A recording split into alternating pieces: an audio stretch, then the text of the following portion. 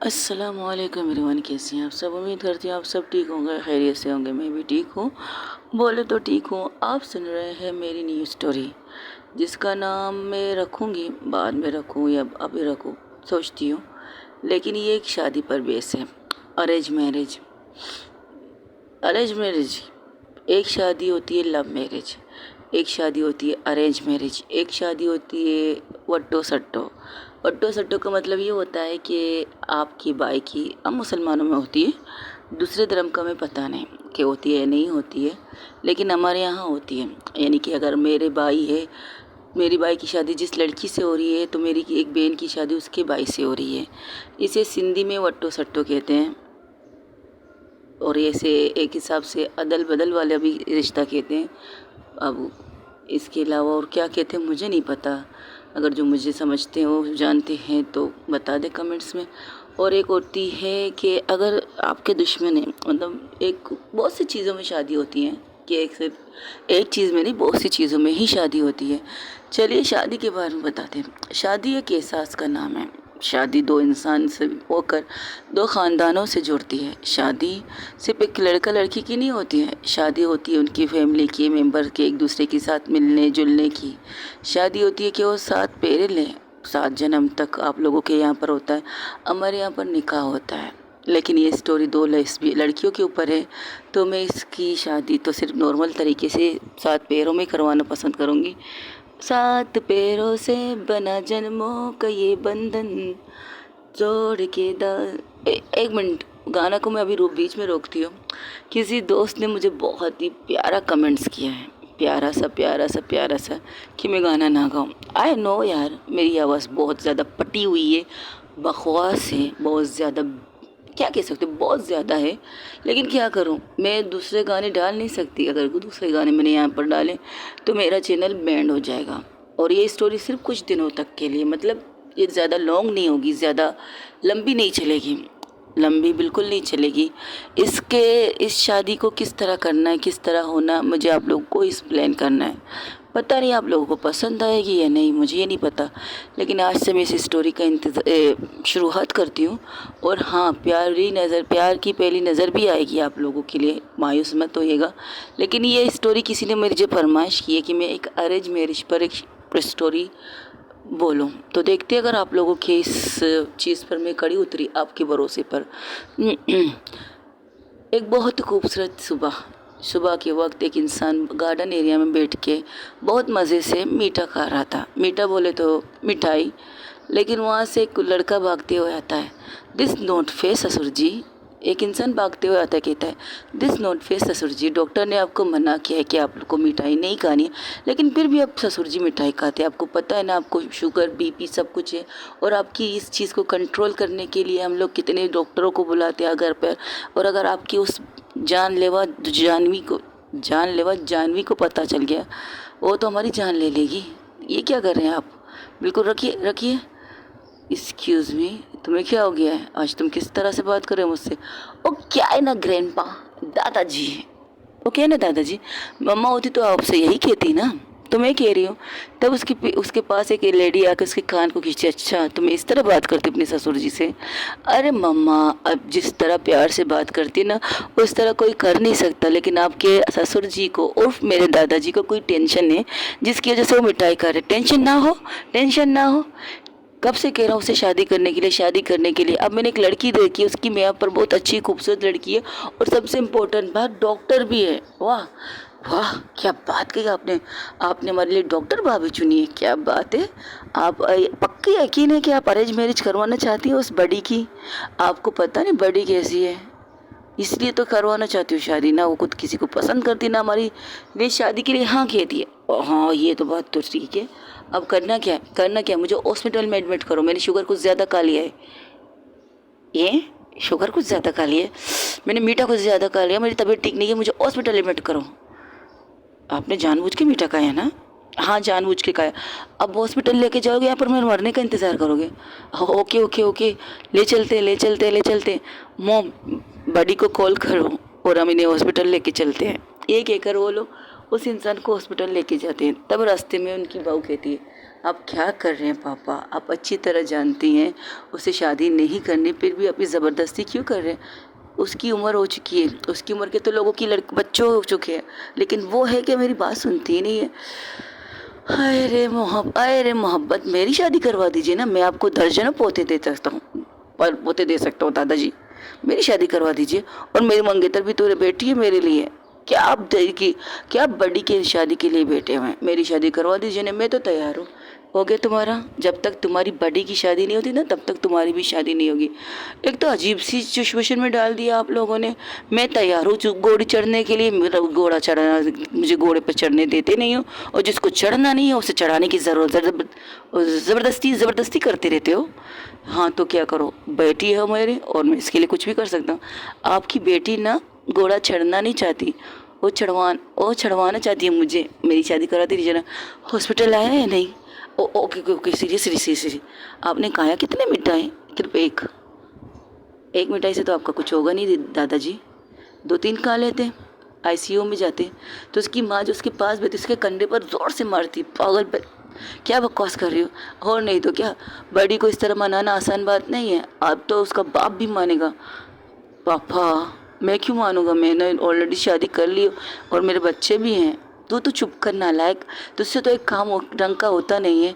बस एक काम ढंग का की ज़िंदगी में तुमने किया था। नहीं दादाजी, 2 ढंग के काम किए थे पापा ने। 2 कैसे? एक तो मम्मा से शादी करके, जो भी आप कहने वाले थे, और दूसरा हम लोगों को पैदा करके। है ना ढंग के काम? नालायक, तू ना एक नंबर का नालायक ही रहेगा। तुझे तो थोड़ा सा ये नहीं होता कि आप बिजनेस संभाल, उसके ऊपर सारा जिम्मेदारी दिए, और ये तुम्हारा एक बाप नालायक दूसरा।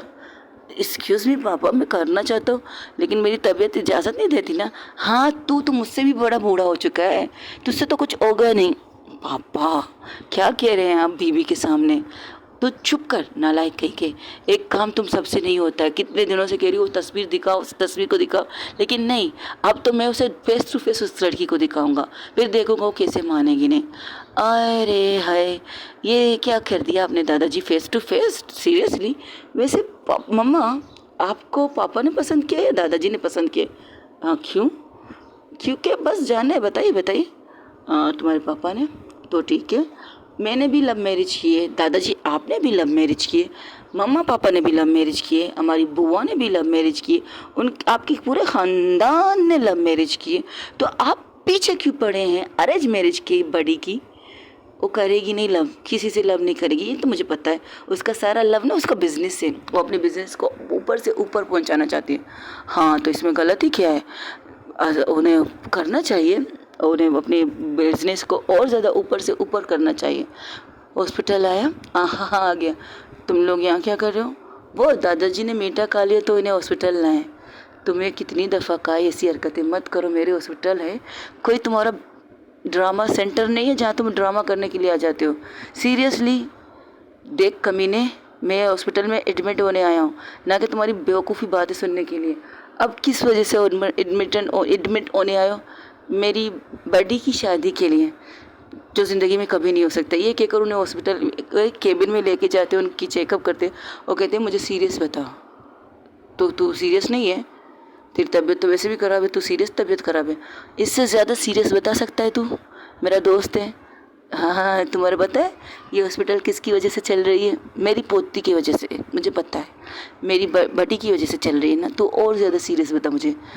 अगर तुम्हारी पोती उर्फ ज़ारा को पता चला ना, तो हमारी राजा कर देगी, रेजा कर देगी, सॉरी। देख मेरी पोती है ना, तो मैं संभाल लूँगी, तू बस उसे कह दे मेरी तबीयत ठीक नहीं है, यहाँ आ जाए। अच्छा कहाँ से आए तरह ये बताओगी तुम?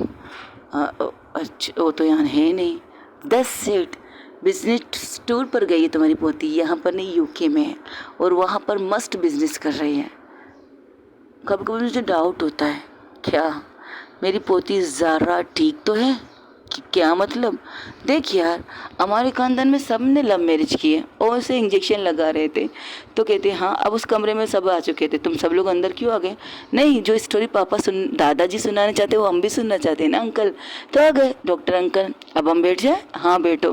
देख यार, मेरी पूरे ख़ानदान ने लव मैरिज की है। हाँ तो मुझे मेरी पोती पर डाउट होता है। क्यों, तुम्हें ज़रा पर क्या डाउट होता है? पता नहीं क्यों आज तक उसने किसी से प्यार किया नहीं है, या हो सकता है उसने किसी से प्यार किया, उस लड़की ने उसे धोखा दिया है या कुछ और। फर्स्ट ऑफ ऑल, तुम्हारे बिजनेस को तुम्हारे पोती ने तब संभाला था जब उसके पापा की कंडीशन ठीक नहीं थी। तुम्हारे बेटे को हार्ट प्रॉब्लम है, तुम्हें पता है ना? हाँ जानता हूँ। उसके एक हार्ट की वजह से, हार्ट अटैक की वजह से तो तुम्हारी पोती ने बिज़नेस संभाला है। किस एज में बिज़नेस संभाला था तुम्हारी पोती को, तुम्हें याद है? हाँ पता है, 80 की एज में। हाँ 10 से 18 की एज में उसने बिज़नेस संभाला था। अब वो बिज़नेस दिन से दिन तरक्की करता जा रहा है। तुम्हारा बिज़नेस ऐसा नहीं, और तुम तो एक छोटा सा ड्रामा सेंटर ही चलाते हो। तुम्हारी अलग चीज़ है, तुम्हारे बेटे की अलग चीज़ है। तो सोचो उस प्यारी सी बच्ची पर कितनी जिम्मेदारी आई, तो उसे प्यार करने का मौका कब मिलता है बोलो? जब उसको अपने पापा की कंपनी वारिस में मिली थी तो क्या था वो कंपनी में? कर्ज़ों के नीचे दबी हुई थी और कर्ज़दार तुम्हारे दरवाजे पर टक टक नॉक नॉक करने आ रहे थे। हर चीज़ के बारे में, एक एक चीज़ के लिए तुम तरस रहे थे, यहाँ तक कि तुम्हारी पूरी प्रॉपर्टी उस कर्जे के देने चली गई। बस बचा क्या, एक छोटा सा 2 फ्लैट वाला कमरा। याद है ना तुझे? हाँ याद है। और उस वक्त तुमने मुझे सपोर्ट बहुत किया था। मैं अपनी सपोर्ट की बात नहीं कर रहा, बात कर रहा हूँ तुम्हारी पोती की। उस कंपनी को बचाने के लिए उसने अपने सब कुछ दाव पे लगा दिया।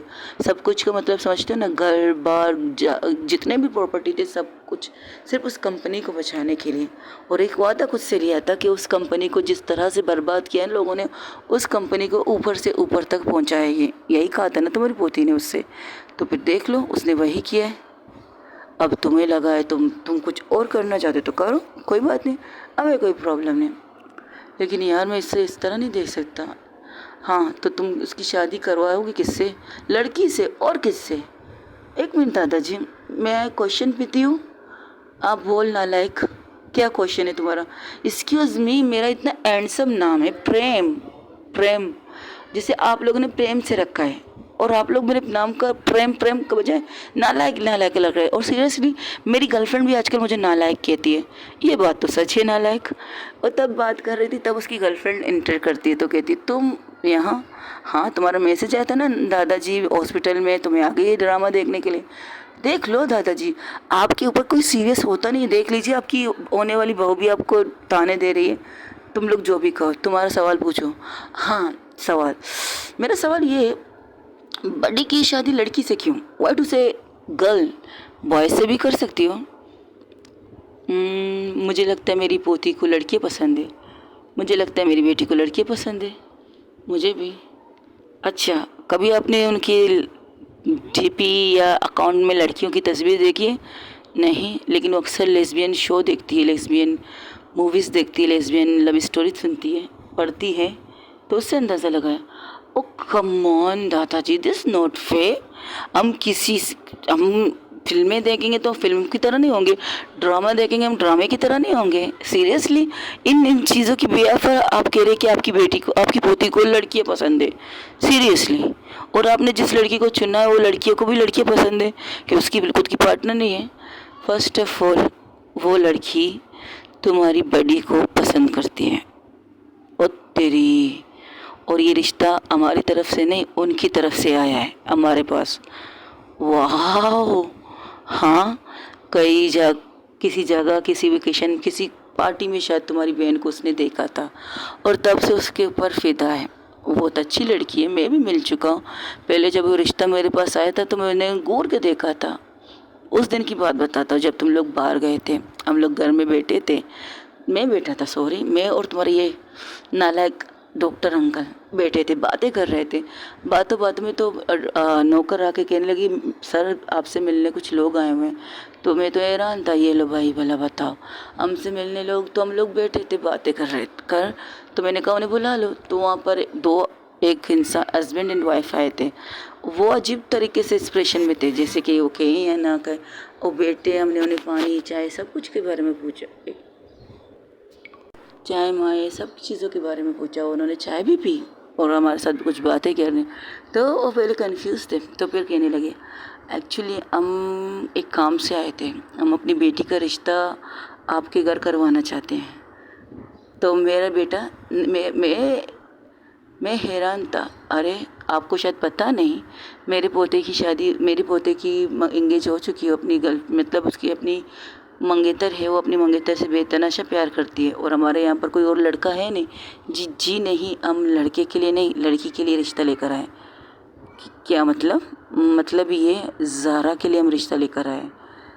ज़ारा मेरी पोती। आप मेरी पोती की बात कर रहे हैं?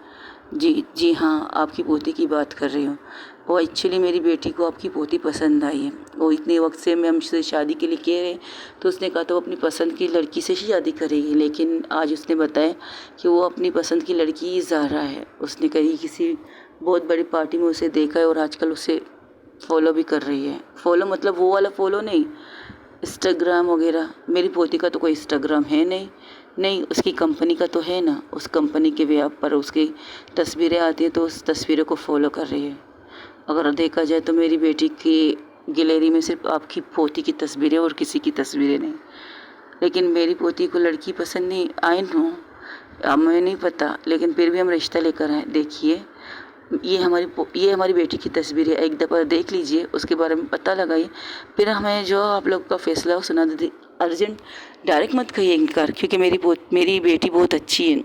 वो एक डॉक्टर है, वो आजकल हार्ट सर्जन है, बहुत ही अच्छी है, हमसे बहुत प्यार करती है। और आज ये रिश्ता अरेंज मैरिज के तौर पर हम आपके पास लाए हैं। हालांकि मेरी बेटी की तरफ से हाँ लव है, लेकिन आपकी तरफ से अरेंज ही होगा।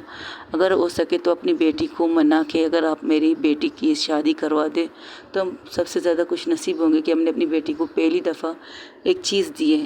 हालांकि हमारी बेटी एलेक्स, उसका नाम एलेक्स है, डॉक्टर एलेक्स, वो बहुत अच्छी है, बहुत अच्छी बेटी है। उसने कभी हमसे कुछ मांगा नहीं है। आज पहली दफ़ा उसने मांगा है तो ज़ारा को मांगा है अपने लिए। उसे नहीं पता कि आप लोग क्या कहेंगे क्या नहीं, लेकिन वो एक कोशिश करना चाहती है और डायरेक्ट ज़ारा से नहीं, आप लोगों से रब्ता कर रही है, क्योंकि उससे ख्वाहिश है उसकी शादी अरेंज मैरिज हो। हालांकि लव हो लेकिन अरेंज मैरिज के तौर पर हो। अगर आप चाहें तो आप जितना वक्त लेना चाहे ले लीजिए, क्योंकि हमारी बेटी ने अपना डिसीज़न हमें सुना दिया है कि वो जितना भी वक्त लेना चाहे ले सकते हैं। मुझे कोई ज़बरदस्ती कोई ज़ोर नहीं करवाना, लेकिन शादी तो मुझे 19 से करनी है, बस इतना कहा हमारी बेटी ने। और शायद वो इंतज़ार भी करेगी। अगर हाँ, हमने सारी छानबीन की है, हमने ये भी छानबीन की है कि आपकी पोती की लाइफ में कोई है नहीं, और ना आपने कभी किसी के साथ उसकी कोई एंगेजमेंट, कोई डेट वगैरह कोई चीज़ भी हमें नज़र नहीं आई है, इसलिए हमने ये बात आगे रखी है। अब आप जो सोचो वो बता दीजिएगा। ये हमारा नंबर है, मेरी बेटी की तस्वीर के साथ इस लिफाफे में हमारी पूरी डेटा सब कुछ है। आप चाहे तो पता लगा सकते हैं। तब तो तब अपने पापा की बात को टोकते कहती, पापा ये कब हुआ? ये 6 महीने पहले हुआ था। इसके बाद मैंने उस लड़की के बारे में पता लगाया, अच्छी तरह से पता लगाया, बहुत अच्छी बच्ची है। 2-3 दफ़ा तो मेरे को उससे मिल के आ गया था। क्या बात है, ये टोटल लव मैरिज को अरेंज मैरिज में कन्वर्ट करना चाहते हैं आप? देखो बेटा, एक होता है प्यार, एक होता है शादी। शादी और प्यार दोनों ज़रूरी होते हैं। अगर सामने वाला पसंद करता है तो हमें तो ज़्यादा तकलीफ़ नहीं होगी ना। अच्छा, तो उसकी तरफ से तो उन्होंने कह दी कि उन्हें लड़कियाँ पसंद है, बस वाइट बड़ी उस ज़ारा। ज़ारा क्या कहेगी? ज़ारा से बात करेंगे ना, और तुमने फ़ोन नहीं लगाया कदे। एक तो तू मुझे गधा ना बोलो ना उल्लू नालायक बोल, समझा? मैं तेरा दोस्त हूँ, डॉक्टर हूँ, डॉक्टर डॉक्टर की तरह ट्रीट कर मुझे। इतना बड़ा ओहदा है मेरा, सीरियसली। हाँ हाँ, पता है। और पता है, इस गधे से भी मैंने उसे मिलाया था, उसका और इसकी स्टूडेंट निकली वो लड़की। कैसी लड़की अंकल? बहुत ही खूबसूरत, बहुत ही अच्छी, बहुत ही सुलझी हुई लड़की है। और अगर कहा जाए ना, तुम्हारी ज़ारा के लिए एलेक्स से बढ़कर कोई और लड़की हो ही नहीं सकती। पापा फिर से सोच लीजिए, ये करना है, बिल्कुल करना है। अब तुम वही दूसरी तरफ ज़ारा, जो इस वक्त अपने ऑफिस में बैठ के कुछ काम कर रही थी, तो इसके पास एक मैसेज आता है। मैसेज जैसी पढ़ती है तो उठ जाती है, उठते हुए सीधा कहती है, गाड़ी निकालो, घर की तरफ चलो। तब उसकी सेक्रेटरी कहती है, मैम आपने घर में किसी को बताया नहीं, आप आ जाइए, आप इम्पोर्टेंट मीटिंग छोड़ के। मैंने कहा गाड़ी निकालो, घर की तरफ चलो, राइट नाउ। वो ऐसे ही कहती है, वो सीधा घर की तरफ निकलती हैं। तब दूसरा मैसेज आता है कि हम घर में नहीं हॉस्पिटल में हैं। दादाजी को हॉस्पिटल में लाया गया बड़ी। तो गाड़ी ड्राइवर को कहती है गाड़ी मोड़ो हॉस्पिटल की तरफ, अंकल डॉक्टर अंकल के हॉस्पिटल की तरफ। तो वो लोग उसी तरफ निकल जाते हैं। तब उसका दोस्त कहता है वैसे यार तेरी भी पोती आने वाली है। वो तो यहाँ नहीं थी ना, वो आ चुकी थी मेरे सूत्रों के मुताबिक। तेरे सूत्र कुछ ज़्यादा ही तेज़ है मेरे सूत्रों से। जाहिर सी बात है, मेरा सूत्र तो उसका सेक्रेटरी है ना, तो पल पल की खबर मुझे मिल जाता है। हाँ, तेरे सूत्र को ना मैं डंडा मारूंगा एक दिन। डंडा क्यों मारोगे? तुम्ही ने तो मेरी बेटी को तुम्हारी पोती के साथ लगा कर रखा है, मेरी बेटी को डंडा मारोगे? सीरियसली तुम्हें कोई काम धंधा है नहीं क्या? अच्छा चल छोड़ ना, आ रही है ना वो? हाँ हाँ आ रही है, चंदा के साथ आ रही है वो। ठीक है चलो चलो, मशीनें लगाओ मुझ पर। बड़ा कमीना इंसान है तू, शर्म नहीं आती इस एज में इस हरकतें करते हुए? देख मैं एक कहते हैं ड्रामा चलाता था ना, वो जो स्टेज प्रोग्राम होते हैं वो वाला। थोड़ा तो ड्रामा मुझे आता ही है ना, तो मैं कर लेता हूँ, तू कर बस। तो वो लोग ऐसे ही करते हैं, वो लोग बाहर निकलते हैं तो उसका पोता कहता है, अपने पोते की तरफ देख कर कहता है नालायक, तू तो आज के दिन अपनी बहन के सामने मत आना। तेरी शक्ल देखकर ना मेरा सारा ड्रामा ख़राब हो जाएगा। शराफत से तू अपने मंगेतर को लेके यहाँ से घूमने जा, कहीं पर भी जा। दादाजी आपकी तबीयत ख़राब है, हम कहाँ जाएंगे? ले पैसे पकड़ और दफ़ा हो जाए यहाँ से। जब तक मैं ना कहूँ तब तक तुम दोनों यहाँ नज़र नहीं आना चाहिए। तुम्हारी मोम संभाल लेगी, तुम्हारे पापा से भी तो उम्मीद नहीं है, उसे भी अपने साथ लेके जाओ। बस मेरी बहू को छोड़ दो। सीरियसली आप हॉस्पिटल में और हम में से कोई ना हो तब दी को शक नहीं होगा, बड़ी को शक नहीं होगा क्या? तू चाहता है कि मैं तुम्हें चप्पल मारूं? होके जाता हूँ। प्रेम जाओ तुम, और तुम भी जाओ। आयुष्यो मम्मा मैं जाऊँ? हाँ हाँ जाओ, तुम्हारे दादाजी ने पता नहीं क्या प्रोग्राम बना रखा है। आज तो लगता है ज़ारा की खैर नहीं, तुम लोग जाओ। लेकिन हम यहीं पर खामोशी से बैठ, दादाजी प्रॉमिस करते कुछ नहीं कहेंगे, बस सर झुका के बैठेंगे, ठीक है? वो फिर से मशीनों के साथ बिल्कुल तरह बेड पर सो जाता है मरीज़ की तरह। तो उसका दोस्त कहता है बड़ा कमीना है तू। तो कहता है हाँ तेरा दोस्त जो हूँ कमीना ही कहूँगा ना, अब लगा ड्रिप वगैरह मुझे जो ज़रूरत की। तो वहाँ थोड़ी देर बाद तकरीबन 2 मिनट बाद वहाँ पर 2 लड़कियाँ आती हैं। एक तो भागते हुए आती सीधा अपनी मॉम के सामने खड़ी हो जाती है। क्या हुआ दादाजी को? आप लोगों ने बताया नहीं, और मैंने कितनी दफ़ा कहा उन्हें मीठा खाने से मना कीजिए, आप लोग समझते क्यों नहीं? उनकी तबीयत ठीक नहीं है। डैड आप वो कुछ कहते नहीं, क्योंकि उन्हें पता है अगर कुछ कहेंगे तो उनके मुंह से कुछ और ही निकल आएगा। तो चांदनी कहती है मैम आप परेशान मत हो, तुम चुप रहो। तुमसे कहा था ना कि घर के अंदर मीठा नहीं आना चाहिए, फिर भी मीठा कैसे आया? वो मैम हमें नहीं पता, मैं तो आपके साथ थी ना। तब डॉक्टर आके निकलते बाहर, मैं कुछ कह सकता हूँ? अंकल पापा दादाजी कैसे हैं? बेटा तुम्हारे दादाजी बिल्कुल ठीक है, कह सकता हूँ ठीक है, लेकिन वो ठीक नहीं है। उन्हें एक चीज़ को लेकर बहुत ज़्यादा परेशान है। शायद वो तुम्हारे साथ कोई ऐसी चीज़ कहना चाहते हैं। फिर से नहीं, आप मजाक मत कीजिए। मजाक नहीं सच, तुम उसकी बात मान क्यों नहीं लेते? तुम चाहते तुम्हारी दादाजी यहाँ जो नॉर्मल मशीनों पर है वो बहुत ज़्यादा मशीनों पर आ जाए। मैं ऐसा नहीं चाहता, लेकिन जो वो चाहते वो मैं नहीं कर सकती। देखो ज़ारा, मुझे पता है कि तुम जिम्मेदार बच्ची हो, तुमने अपनी पूरी फैमिली की जिम्मेदारी खुद पर ली। तुम चाहते हो कि तुम्हारा भाई पढ़ लिख कर कुछ बन जाए, तो तुम अपनी पूरा बिजनेस की भागदौड़ उसके साथ शेयर करना चाहोगे। तब तक के लिए बहुत वक्त है, लेकिन तुम अकेले भी तो नहीं रह सकते। क्या हो अगर मेरे दोस्त की एक छोटी सी बात तुम मान लो, शादी कर लो। अगर तुम्हारी लाइफ में कोई है तो बता दो उसे, अगर नहीं है तो उसकी चुनी हुई लड़की से शादी करो। लड़की? क्या मतलब? चांदनी कहती है तुम चुप रहोगी? बात कर रहा हूँ ना मैं इससे। ओके, क्या भरोसा ज़िंदगी का? 2 दिन की तो ज़िंदगी है ना।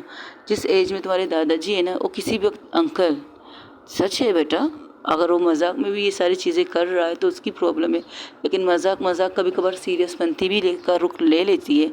उसने मजाक में सिर्फ एक मिठाई खाई है, लेकिन अभी जिस कंडीशन है ना वो सीरियस हो चुकी है। कि क्या मतलब? आप ये क्या कह रहे हैं अंकल? वो डॉक्टर, वो उसके मॉम डैड भी उसके सामने आ जाते डॉक्टर के सामने। आप ये क्या कह रहे हैं? हाँ सही कह रहा हूँ, जब तक तो ठीक था, लेकिन अभी उसकी कंडीशन वाकई सीरियस हो चुकी है और सारे दारोमदार इसके ऊपर है। अगर वो अपने दादाजी को ज़िंदा देखना चाहते हैं, सेहतमंद देखना चाहते हैं, तो वो अपने दादाजी की बात मान लें। लेकिन ये कोई आसान बात तो नहीं है, एक लड़की से बिना मिले बिना देखिए शादी को तो मिल लो, मिलने में क्या अर्ज है। एक मीटिंग रख लो, जैसे तुम कहते हैं ना बिजनेस में मीटिंग वगैरह रखते हो, वैसे एक मीटिंग रख लो। वाह अंकल, सॉरी, मैं उनसे मिल सकता हूँ? हाँ जाओ, तुम्हारे तो इंतज़ार है, लेकिन अभी थोड़ी तबीयत ठीक है, ज़्यादा परेशान मत हो। लेकिन हाँ, ये ना तुम पर है, क्योंकि मैं अब सीरियस हो चुका हूँ। जो मजाक मस्ती मेरा दोस्त करना चाहता है ना, वो मजाक मस्ती इसकी जान ले सकता है। आज उसने एक मिठाई खाई, कल इससे तुम्हारी ज़िद में कुछ ज़्यादा ही खा ली तो, और तुम्हारी ज़िद के अलावा भी उसकी ब्लड प्रेशर का मसला है, तुम्हें अच्छी तरह पता है। तुम्हारे घर में मरीज़ों की कमी नहीं है बेटा। अंकल, ये आप क्या कह रहे हैं? हाँ सच कह रहा हूँ, तुम्हारे घर में मरीज़ों की कमी नहीं है। फर्स्ट पहला तुम्हारे पापा हैं जो हार्ट पेशेंट है, दूसरा मेरा दोस्त है ब्लड पेशेंट के साथ शुगर का मरीज़ है। तुम दोनों को खुश करने के चक्कर में अपने बिज़नेस को संभाल रहे हो। तुमने बहुत अच्छा बिज़नेस संभाला है, इस बात को तो मैं बिल्कुल अग्री करता हूँ। बहुत ज़्यादा मैं इस चीज़ को फ्रॉड फील करता हूँ कि मेरी दोस्त की पोती इतनी अच्छी है कि उसने अपने पापा की बिज़नेस के साथ साथ सब कुछ संभाला है। और मैं खुशकिस्मत हूँ कि मेरी छोटी बेटी उस घर में जा रही है।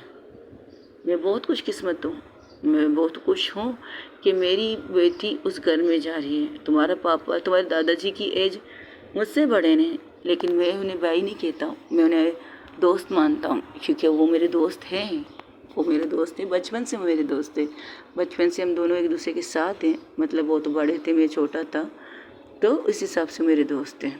हाँ, तुम्हारे दादाजी की शादी जल्दी हो गई थी, मेरी शादी थोड़ी देर से हुई थी, लेकिन परफेक्ट थी। मैं खुश, वो खुश। हमारी दोस्ती ऐसी है। वो मुझे नालायक कहता है। पता है, हम लोगों की दोस्ती के बीच में ना एक चीज़ आती है, एज गैप आती है। लेकिन जब मैं एज गैप देखकर उन्हें इज्जत देता हूँ ना, उनको आप कहता हूँ, तो मेरे कंधे पर हाथ रख के कहते हैं, देख यार, मैं तुझसे पहले पैदा हुआ, तुझसे पहले शादी की, तुझसे पहले मेरे बहू आए, तुझसे पहले मेरी पोतियाँ आई, तो इस चीज़ का टेंशन ना ले। हम लोग दोस्त ही रहेंगे, समझे। इस एज गैप को छोड़ मार गोली। और वाकई आज तक उन्होंने वैसी दोस्ती मुझसे निभाई जैसी दोस्ती मैं चाहता था। एक दोस्त फ्रेंड कहते हो ना, ज़िंदगी में आपकी लाइफ में एक ना एक बेस्ट फ्रेंड होना चाहिए। तो तुम्हारे दादाजी बिल्कुल उसी तरह के थे, मेरे बेस्ट फ्रेंड हैं। जब पहली दफ़ा वो आए थे मुझसे रिश्ते की बात करने, तो पता है कैसे रिश्ता मांगा? ओह, तेरे पोती को मेरा पोता पसंद है और मेरे पोते को तेरा पोती पसंद है। रिश्ता इस तरह करते लोग, हम आपके यहाँ रिश्ता लेकर आए, लेकिन नहीं, ये डायरेक्ट आके क्या कहता है, ओए सुन, मेरे पोते को तेरी बेटी पसंद है और तेरी बेटी को मेरा पोता पसंद है, तो मैं हम दोनों इन दोनों की शादी नहीं करवा सकते, क्योंकि जब तक मैं अपनी बड़ी पोती की ना करवा दूँ तब तक तो बिल्कुल नहीं। एंगेज करवा सकते हैं, इन दोनों को बांध के एक रिश्ते में रख सकते हैं। तू बोल क्या कहता है, मेरा पोता पसंद है तुझे? हालांकि एक नंबर का नालायक है तेरी तरह, लेकिन क्या कर सकते हैं, प्यार अंधा होता है ना। उसी तरह इस तरह तुम्हारे दादाजी ने रिश्ता मांगा था मुझसे, और मैं हैरान नहीं था। मेरी बेटी ने पहले ही मुझे बता दिया था इसके बारे में, तो मैं ना हैरान था ना परेशान था, कुछ भी नहीं, बस खुश था। और खुश इस चीज़ से था कि मेरी बेटी एक अच्छे घर में जा रही है। तुम्हारी मॉम, तुम्हारे डैड, यहाँ तक कि तुम्हारे दादाजी बहुत ही अच्छे हैं। और मैं लिख के देता हूँ। हालांकि अगर मैं देखा जाए तुम लड़के के तौर पर, मैं तो तुम्हारे भाई को तो एक नंबर भी ना दूँ, रिजेक्ट कर दूँ अपनी बेटी के लिए, लेकिन उसके परिवार को देखकर मैंने अपने बेटी को दिया है। डैड, ऐसे तो बेइज्जती मत कीजिए ना मेरी, तुम तो एक नंबर के नालायक हो बेटा, क्या कह सकता हूँ। इसी तरह वो बात करते तो वो कमरे में जाते हैं। जैसे ही कमरे में जाते और नॉर्मल ड्रिप चढ़ा होता, ना कोई ऑक्सीजन वगैरह कुछ भी नहीं, वो सीधा आते उनका हाथ पकड़ते हैं। चाहते क्या हैं आप? तुम्हारी शादी। और क्या चाहता हूँ? बूढ़ा हो चुका हूँ, अब तो शादी देखना चाहता हूँ तुम्हारी। आप जानते हैं मैं शादी क्यों नहीं करना चाहती? आप पता है तुम्हें लड़कियाँ पसंद है ना, अगर तुम्हें कोई लड़की पसंद है तो बता दो। आपको ये कब पता चला कि मुझे लड़की पसंद है? जब पहली दफ़ा तुम्हें मैंने एक लेस्बियन का टीवी शो देखते हुए देखा था, तो सर झुका लेती। मेरी ज़िंदगी में अभी तक कोई है नहीं, ना कोई मिली है जो मैं कह सकती हूँ कि हाँ she is my life partner. ये कहिए, अगर मिली भी थी तो ऐसी लायक थी नहीं कि मैं उसे लाइफ पार्टनर कह सकूँ। क्या मतलब ये, मैं एक कॉलेज में एक लड़की को लाइक करती थी, हालांकि वो भी मुझे लाइक करती थी। हम दोनों ने एक दूसरे से प्यार की बातें की थी। तब तक पापा की प्रॉपर्टी अच्छी तरह से काम चल रहा था। कहते हैं ना पैसा सब कुछ होता है, पैसा असल लोगों की असल सूरत दिखाता है दादाजी। तो मुझे भी उस लड़की का असल सूरत मेरे पैसे जाने के बाद दिखी। जब पापा के बिजनेस डूब चुके थे, जब हम कर्जे में पूरी तरह से डूब चुके थे, तब उस लड़की ने मुझसे पहले फ़ोन पर बात करना कम कर दिया, फिर मुझसे मिलना कम कर दिया। आज तक मैंने उसे टच नहीं किया है।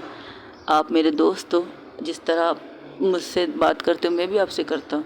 मैंने आज तक उसके क्लोज़ नहीं गई, ना मैंने उसे देखा, बिल्कुल नहीं, ना मैंने उसे टच किया। देखा तो बहुत ज़्यादा है, हालांकि वो मुझसे करीब भी होना चाहती थी, हम लोग एक दूसरे से प्यार जो करते हैं, लेकिन पता नहीं क्यों मेरी चीज़ इन चीज़ों में नहीं थी।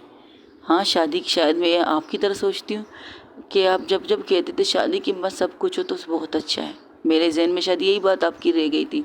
हालांकि आपने कहा था आपने लव मैरिज की है, लेकिन दादी को आज तक आपने किस नहीं किया था। बातों बातों में अक्सर आप ये कह देते हैं शादी के बाद सब कुछ अच्छा लगता है, शादी के बाद प्यार और ज़्यादा निखर के सामने आता है। तो शायद मेरे माइंड में भी यही चीज़ थी, तो मैंने उसे कभी टच नहीं किया। हाँ, हम घूमने जाते थे, हाथ पकड़ते थे, कहीं पर भी जाते थे। कई दफ़ा तो उसने मुझसे कहा था कि मैं उसके साथ रात स्पेंड करूं, लेकिन अक्सर मैं डर जाती थी क्योंकि मैंने आपको किसी को नहीं बताया कि मुझे लड़कियां पसंद है। फिर जब पापा को डूबते हुए देखा, आपकी पापा की अचानक तबीयत बिगड़ते हुए देखी, उन्हें हॉस्पिटलाइज देखा, तब मेरे बिल्कुल ध्यान मेरे पापा के ऊपर था। एक 18 साल की लड़की और क्या कर सकती है अपनी फैमिली को संभालने के अलावा। लेकिन जब कहते हैं ना आपको अपने पार्टनर से थोड़ी सी उम्मीद होती है कि वो आप उसके कंधे पर सर रख के रो सके, लेकिन मुझे ये चीज़ नसीब नहीं हुई। वो मुझे छोड़कर किसी और के साथ होने लगी। मुझसे ये तक कहती है वो मुझसे ब्रेकअप करना चाहती, बहाना सिर्फ ये मैं उसे टाइम नहीं देती। लेकिन जब मुझे सच पता चला तो मैंने कहा काश मैं खुद को ख़त्म कर देती, काश मैं ये करती, अपने आप को मार देती। लेकिन फिर आप सब मेरे सामने आए, आप लोगों की चीज़ें देखकर मैं खामोश हो गई और मैंने खुद को एक मशीन बना दिया सिर्फ आप लोगों को सुकून देने के लिए। लेकिन आप एक लड़की की ज़िंदगी क्यों बर्बाद करना चाहते? शायद मैं उसे वो चीज़ ना देखूं, वो चीज़ ना दूं जो उसे चाहिए हो, शायद मैं उसका हक भी उसे ना दूं। देखो बेटा, बहुत पुरानी चीज़ें होती हैं, कभी कभार ये आप सोचते हो ना कि आपने उसे खुशियाँ नहीं दोगे, क्या पता आगे जाकर तुम खुशियाँ दे दो। शादी का बंधन बहुत ही खूबसूरत होता है, एक दफ़ा करके तो देखो। आप ज़िद कर रहे हैं, मैं खुशी से कर रहा हूँ, मैं ज़िद नहीं कर रहा, बस मुझे अपनी बेटी को एक लाइफ पार्टनर के साथ देखना है। क्या ये हक नहीं है मुझे? ठीक है, आपको जो करना है कीजिए, पर इसके बाद मुझसे शिकायत मत कीजिए जब वो लड़की आपसे शिकायत करेगी कि आपने उसे एक रोबोट के हवाले कर दिया। मुझे इतना यकीन है कि वो उस रोबोट को इंसान बना के दिखाएगी, इतना तो यकीन कर सकती हूँ मैं उस पर। तो आपने लड़की पसंद करी, लड़की पसंद की तभी तो ये सारे ड्रामा मैंने किया है तुम्हारे लिए। फिर से ड्रामा? हाँ, तो क्या करता, तुम मानती थोड़ी हो। तब कमरे के अंदर सब आ जाते, क्या हुआ बड्डी मान गई? तो सबकी तरफ देख कर वहाँ से निकल जाते। और सुन, कल हम लड़की से वो देखने जाएंगे। वो पलट के देखती है, आप मजाक कर रहे हैं? नहीं, मैं सच कह रहा हूँ। वो ये कह के बाहर निकल जाती है, कुछ नहीं कहकर बाहर निकल जाती है। तब उसके पीछे चांदनी आती है, चांदी आके उसके साइड में खड़ी हो जाती, कहती क्या हुआ? वो स्मोकिंग कर रही थी, तो सिगरेट लेकर स्मोक कर रही थी। तब उस चांदी कहती है तुम्हें नहीं लगता कि तुम आजकल कुछ ज़्यादा ही स्मोक कर रहे हो? तुमने देखा ये लोग क्या चाहते हैं मुझसे, जो मैं करना नहीं चाहता? देखो यार ज़रा, फर्स्ट ऑफ ऑल अंकल गलत नहीं है, मतलब दादाजी गलत नहीं है। वो भी चाहते हैं कि तुम उनकी पोती हो, उनकी बाजू हो। जिस तरह तुमने उनके बेटे की चीज़ें संभाली है, उन्हें तुम पर गर्व है, और तुम्हें अकेले तो देख नहीं सकते। जो कुछ पीछे हो चुका है ना, उसे रहने दो। अब जो आगे होने वाला है उसके बारे में सोचो। मैं झूठ के ब्याह पर रिश्ता नहीं जोड़ सकती, तो सच बोल दो। क्या पता तुम्हारे सच कहने से शायद वो लड़की इनकार कर दे। I think so. तुम्हें लगता है कि वो कर लेगी? बिल्कुल कर लेगी।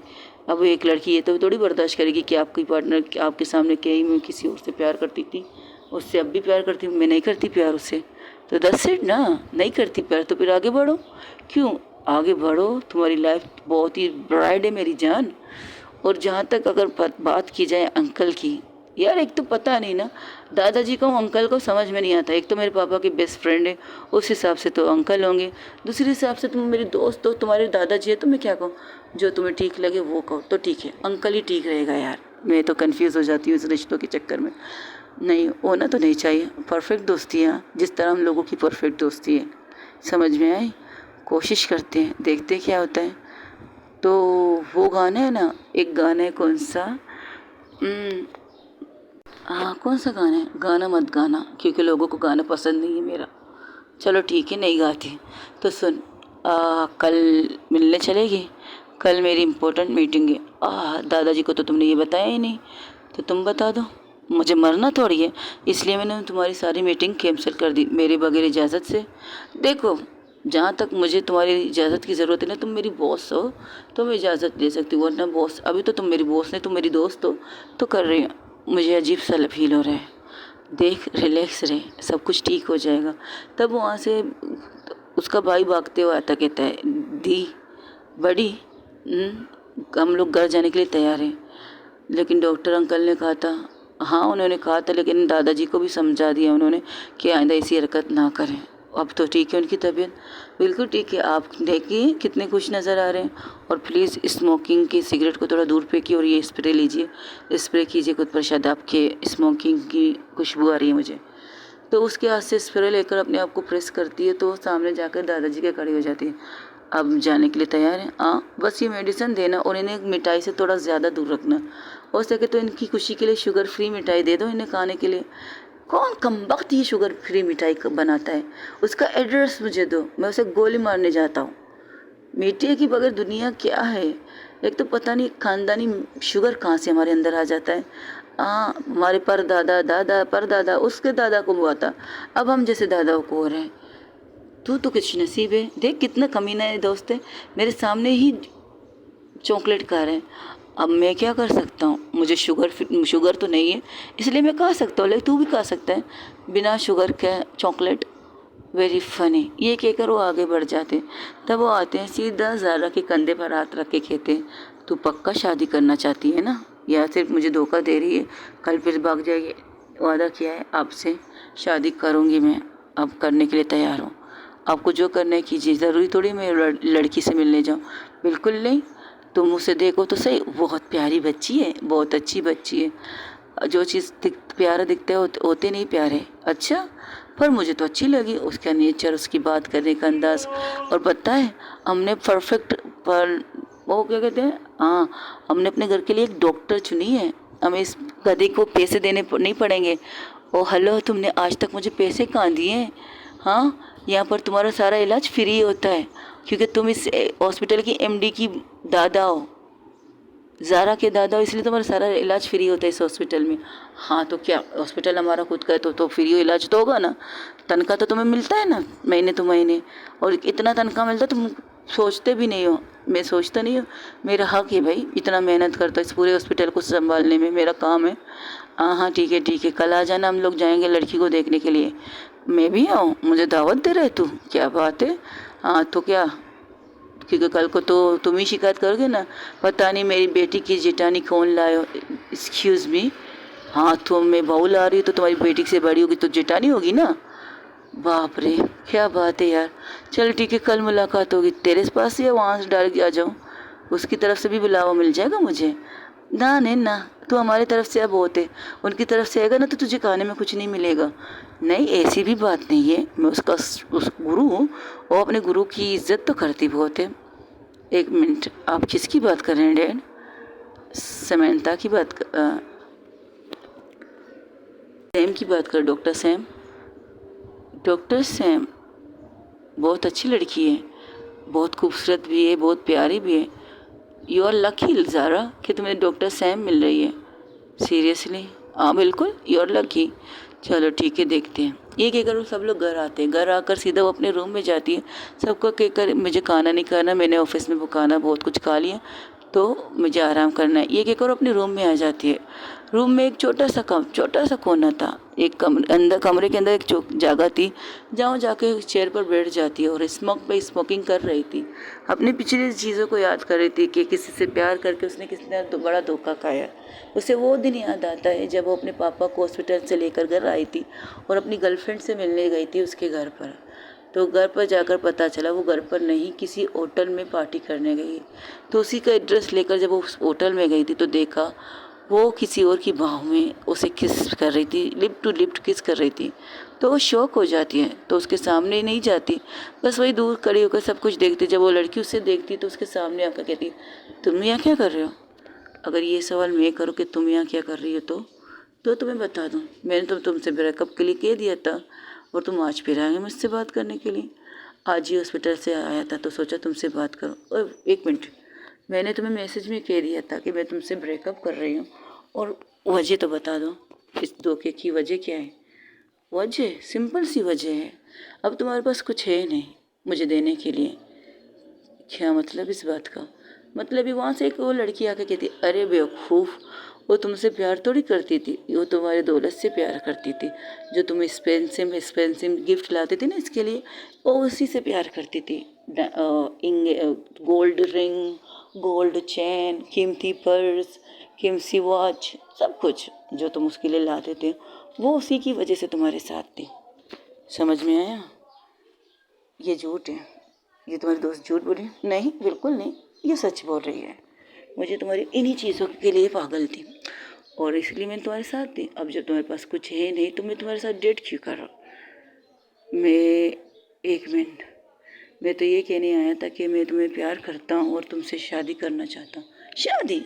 ओह कम ऑन, तुम्हारी ये ना ये सो कॉल्ड सोच, मैरिड, शादी, शादी के बाद सब कुछ करना, ये तुम्हारी सोच है। मेरी सोच थोड़ी ओपन माइंड है, सब कुछ खुल के करो, किस भी करो तो खुल के करो, सेक्स भी करो तो और बंद कमरे में होता है। लेकिन आज तक तो तुमने मुझे किस किया ही नहीं। हाँ, फर्स्ट किस हमारा तब हुआ था जब तुमने मुझे प्रपोज किया था और मैंने तुम्हारे प्रपोजल को एक्सेप्ट किया था। इसके बाद सिर्फ हमारे हाथ टू हाथ पकड़ा था। अगर जब किस की बात करती थी तो तुम मेरे फॉरहेड पर किस करती थी, दस इट, यही किस होती थी हमारे बीच में। और तुम्हारे टाइप जैसे तुम हो मॉडल टाइप, लेकिन अभी तुम्हारी सोच 90 की है, शादी की मांड की लड़की हो, और मुझे ये चीज़ पसंद नहीं। अब तो तुम्हारे पास कुछ है नहीं, वादा करती हूँ तुमसे भी और कुछ से भी, जिस पैसे के लिए तुमने मुझे छोड़ा है ना उसे कमा के दिखाऊंगी। हाँ अच्छा, कैसे? तुम्हारी तो सब कुछ बिक चुका है, तुम्हारा घर बिक चुका है, तुम्हारे पास जो गाड़ियाँ थी वो बिक चुकी हैं, यहाँ तक कि अब तुम्हारे पास सिर्फ एक रहने का एक छोटा सा फ्लैट है। वो तुमने इसलिए बचा के रखे कि तुमने उसे कहा था कि वो 3 महीने के अंदर तुम उनके पैसे दे दोगे। कैसे दोगे? खुद को बेच कर दोगे या किसी अमीर लड़की से शादी करके दोगे, या किसी सॉरी अमीर लड़की तो खैर नहीं कह सकती, किसी बूढ़े के साथ शादी करके? ऐसा कुछ नहीं करूँगी, कुछ भी नहीं करूँगी। मैंने पापा की बिज़नेस को संभाला है ना, बचाया है ना, उस कंपनी को फिर से स्टार्ट करूँगी। कुछ टाइम लगेंगे, कुछ धक्के खाऊंगी, कुछ मायूसी होगी, लेकिन बुलंदी पर फिर पहुँच के दिखाऊंगी। ये वादा है तुमसे।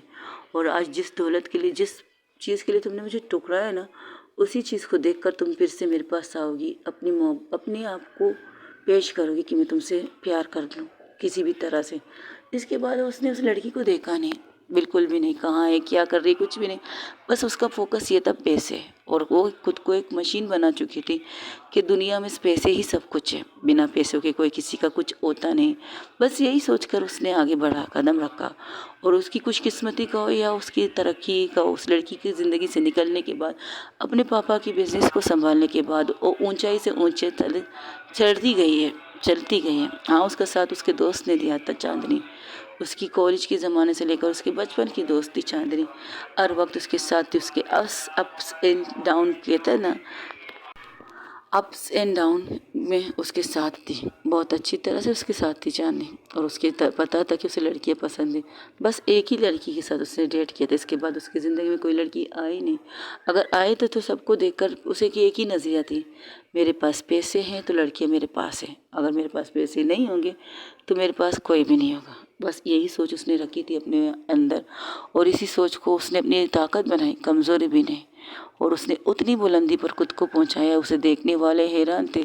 जो डूबते हुए जहाज़ को अगर बना के उसे फिर से उस पानी से ऊपर लाए तो सोच लो उसमें कितनी दिमाग होगी, कितनी सोच होगी। उसने वही करके दिखाया था और बिल्कुल जीत के दिखाया था। वो पूरी रात सोती नहीं है, बस स्मोकिंग करती रहती है। तो जब सुबह के 7 बज जाते तो अपने रूम में आती है, फ्रेश होती है और वह जॉगिंग करने के लिए निकल जाती है। ठीक 7 बजे वो जॉगिंग करती है। जॉगिंग करने से पहले अपने नौकर को कहती है उसके रूम की सफाई करे, खास करके उस कमरे की। और उस कमरे के लिए सिर्फ एक ही इंसान को रखा है जो उसे पता है वो क्या करती है। तब उसकी मोम से देख कर कहती है गुड मॉर्निंग। तो अपनी मोम के हक करके कहती गुड मॉर्निंग। क्या हुआ, रात भर सोए नहीं? नहीं, अगर तुम चाहो तो मैं पापा से बात करती हूँ, अगर ज़बरदस्ती अब छोड़िए इस चीज़ को, अब होगा देखा जाएगा। ठीक है, हम यहाँ से निकल रहे हैं, क्या मतलब ये लड़की का घर हमसे 2-3 घंटे बाद पहुँचेंगे, और अभी निकलेंगे तो हम तकरीबन 11 बजे वहाँ पहुँच जाएंगे। आप एक इतनी जल्दी क्या है? जल्दी नहीं, तो जल्दी तुम्हारे दादाजी को है, शायद वो कुछ रस्म भी करके आएंगे।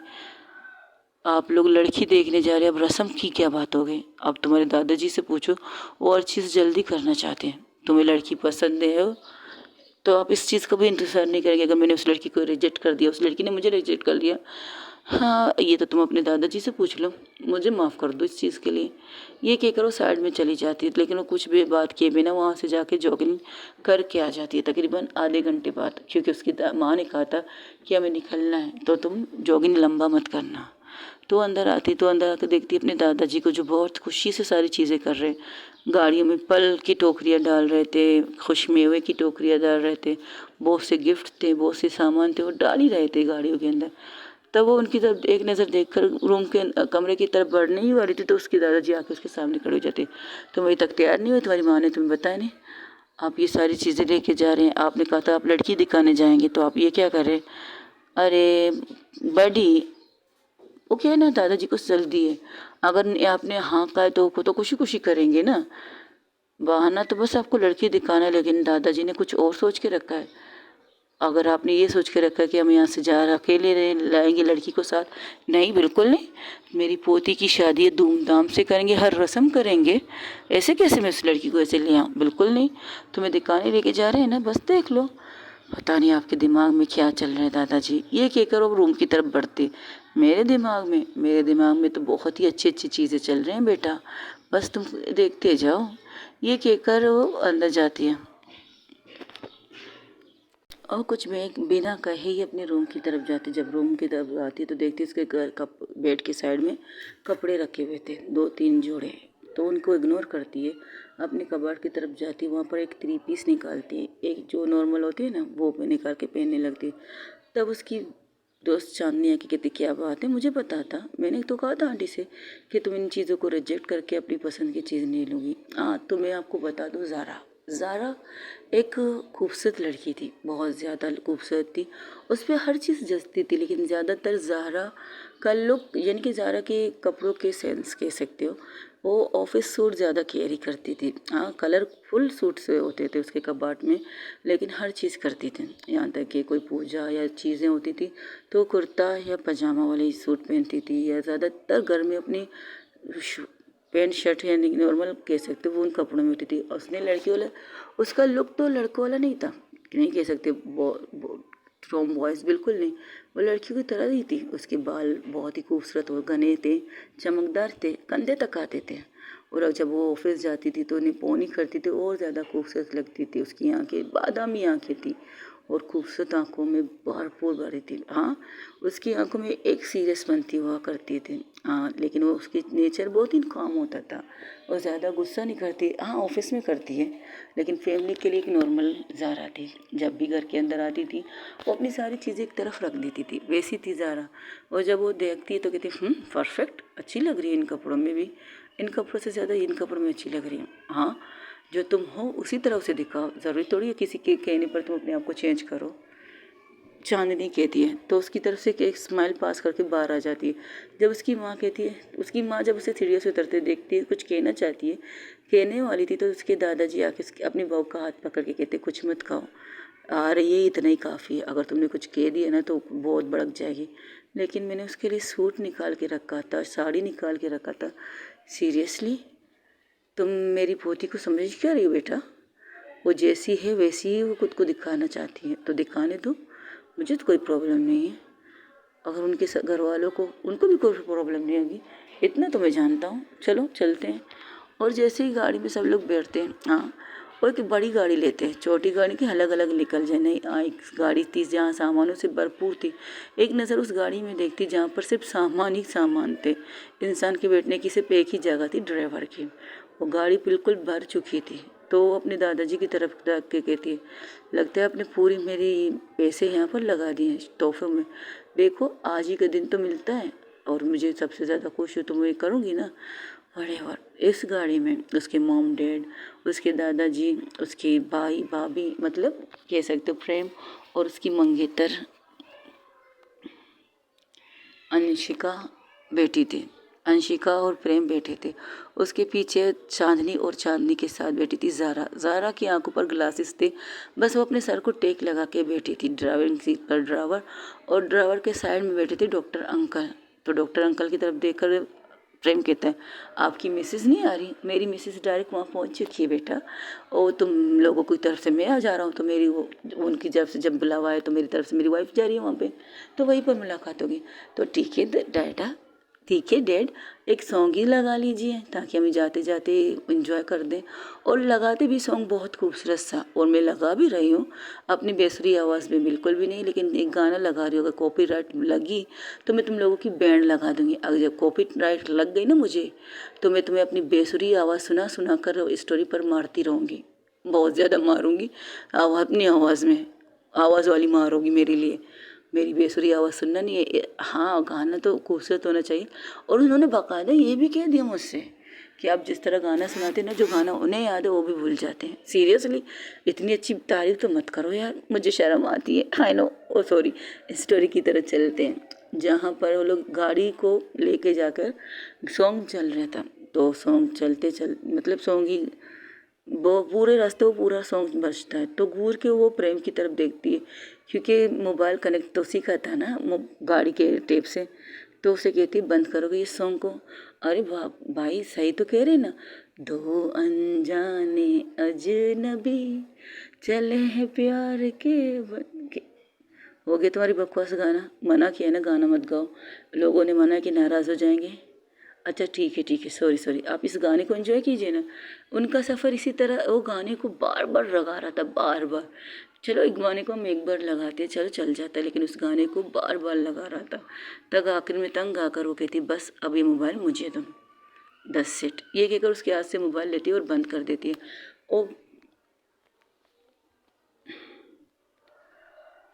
वो बंद नहीं करती, लेकिन वो गाना अब भी बज रहा था। तो कहती दी देखिए, दिस इज़ नॉट फेयर। जब उसके हाथ से मोबाइल लेती तो उसका भाई कहता दिस इज़ नॉट फेयर दी, बजने दीजिए गाना, इसके अलावा कोई और गाना नहीं है, बहुत से है लेकिन इस माहौल में सूट कर रहा है ये सॉन्ग, और अच्छा भी लग रहा है और मज़ा भी आ रहा है। अगर आप नहीं चाहते कि मैं बेसुरी आवाज़ में ये गाना आपको सुनाऊँ, तो आई होप आप इसी तरह बजने दीजिए प्लीज़। तो उसके मोबाइल को उसके हाथ में देती है और सर गिलास ठीक करके फिर से आंखें बंद करके ठीक से टेक लगाती। तब चांदनी कहती है रिलैक्स यार, क्या टेंशन लेना, गाना तो अच्छा है, बाकी सही कह तो कह रही है, इस टाइम पर ये गाना सूट भी तो कर रहा है, वेरी फनी। ये कहकर वो चुप हो जाती। तो सॉन्ग कुछ इस तरह की था। और हाँ गाइस, अगर ये सॉन्ग के बाद मुझे पर कॉपीराइट लग गया ना, तो मैं आप लोगों को इसी सॉन्ग को दोबारा सुनाऊंगी। दोबारा रिकॉर्ड जब मैं करने के लिए बैठूंगी, इसी एपिसोड को फिर से मैं रिकॉर्ड करके आप लोगों को यही गाना सुनाऊंगी। और टोचर होना तो हो जाइए, नहीं होने तो नहीं, बस दुआ कीजिए कॉपीराइट ना लगे। और गाना ये कुछ इस तरह का था। सॉन्ग बिल्कुल इस माहौल में परफेक्ट लग रहा था, और गाना था ये, दो अनजाने अजनबी चले बांधने बंधन, हाय रे दिल में है ये उलझन, मिलकर क्या बोले, क्या बोले, क्या बोले रे, मिलकर क्या बोले। नई उमंग नई खुशी महक उठा है आंगन, हाय रे घर आए मन भावन, मिलकर क्या बोले, क्या बोले, क्या बोले रे, मिलकर क्या बोले। जैसे ये गाना ख़त्म होता है, वो घर रास्ता भी पहुंच जाते हैं। वो गाना जिस तरह रिपीट पे हो रहा था, तो वो कुछ कहती नहीं। तब वो लोग सब लोग गाड़ी से बाहर निकलते हैं। जब देखते हैं तो बहुत ही खूबसूरत घर था, बहुत ही अच्छा डेकोरेशन था उस घर का। घर के अंदर गार्डन एरिया थी, तो वहाँ पर कुछ लेडीज़ बैठे थे। उन्हें देखकर सब उनकी तरफ आ जाते। घर देखकर ऐसा लग रहा था कि आज वाकई कोई फंक्शन होने वाला है, कोई एक रस्म होने वाली है। तो घूर के अपने दादाजी की तरफ देखती। दादाजी यहाँ वहाँ देख रहे थे। तब वो अपनी मोम के करीब आके कहती ये सब क्या है। मैंने तो कहा था तुम्हारे दादाजी कुछ सोच के निकले हैं, इसलिए तुमसे कहा था अगर बात करना चाहो तो कर सकती हूँ मैं। तुमने तो कह दिया था नहीं बात नहीं करनी है, अब क्या कह सकते हैं। सीरियसली मोम, मुझे उससे मिलने लाया गया था और यहाँ तो लगता है कि कुछ करके ही जाएंगे। ऐसा लग रहा है कोई बात पक्की करके यहाँ से जाएंगे, या ये भी हो सकता है ब्रडी शायद आपकी एंगेजमेंट करके जाए हम लोग यहाँ से। हो गया तुम्हारी बकवास। तो लोग वहाँ जाके बैठते हैं, अंदर उन्हें लाया जाता है बहुत ही एहतराम के साथ। एक हस्बैंड एंड वाइफ को सामने लाकर कहते हैं कि ये सैम की मोम डैड हैं। तो उनकी तरफ देखकर वो खड़ी होती है, तो जाके उनके आशीर्वाद लेती है। हाँ, उसकी फैमिली ने तो उसे ये संस्कार तो दिए हैं ना कि अपने से बड़ों को जाके आशीर्वाद लीजिए। तो उन्हें बहुत ज़्यादा आशीर्वाद देते हैं, वहाँ पर पूरी फैमिली से उससे मिलाया जाता है। पुप्पी, चाची, मामी सभी थे वहाँ पे। सब लोग उसे देखकर बहुत खुश थे, उनके चेहरे पर लग रहा था कि वो इस रिश्ते से बहुत ज़्यादा खुश थे। तब वहाँ से दादाजी कहते भाई जिसे दिखाने के लिए हम लाए उसे ही ले आओ, ऐसा ना हो मेरी पोती मुझ पर और ज़्यादा गुस्सा हो जाए। तो अपने दादाजी की तरफ देखकर वो बैठ जाते। वो यहाँ वहाँ नहीं देखती, बस सर झुका के बैठी थी। उसके हाथ में एक शरबत की गिलास दी गई थी, वो शरबत को पी तो नहीं रही थी, बस पकड़ के बैठी थी।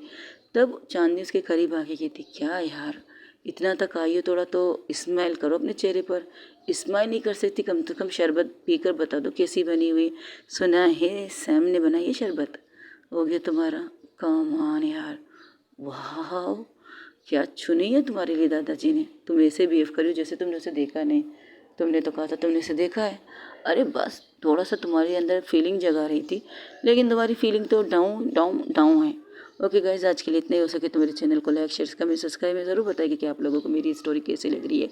अपना ढेर सारा ख्याल रखिएगा। अगर इस स्टोरी पर थोड़ी सी कॉपीराइट लगेगी तो प्रॉब्लम ये होगी कि मुझे स्टोरी को फिर से रिकॉर्डिंग तो यही रहेगी, बस उस गाने को हटा के मुझे आपको ये सुनानी पड़ेगी।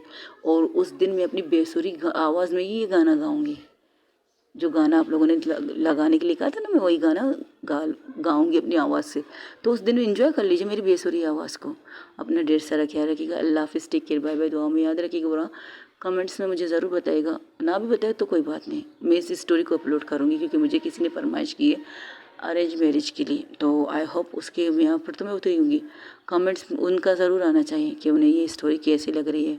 और इस स्टोरी को मैं लंबा नहीं खींचूँगी, ज़्यादा से ज़्यादा कुछ एपिसोड होंगे इसके, या 10 भी हो सकते हैं, 5 भी हो सकते हैं, 20 भी हो सकते हैं, कि कुछ कह नहीं सकती, वादा नहीं करती, लेकिन हाँ स्टोरी को अपलोड ज़रूर करूँगी कोशिश करके। बाकी अपना ढेर सारा ख्याल रखिएगा। अल्लाह हाफिज़, टेक केयर, बाय बाय। दुआ में याद रखिएगा और कमेंट्स में मुझे ज़रूर बताइएगा कि आपको ये स्टोरी कैसी लगी। और इसका नाम मैं रखूँगी अरेंज मैरिज सही है, अरेंज मैरिज, लेकिन उसके साथ एक और नाम, प्यार की कहानी, अरेंज मैरिज फॉर प्यार की कहानी। अपना ढेर सारा ख्याल रखिएगा। अल्लाह हाफिज़, टेक केयर, बाय बाय। दुआओं में याद रखिएगा, हो सके तो दुआओं में याद रखिएगा, कमेंट ज़रूर कीजिएगा।